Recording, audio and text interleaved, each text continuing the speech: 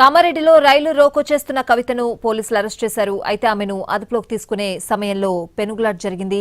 ఈ ఘటనలో కవిత చేతికి స్వల్ప గాయమైంది. ఆమెను హైదరాబాద్ రూట్లో తరలిస్తున్నారు పోలీసులు.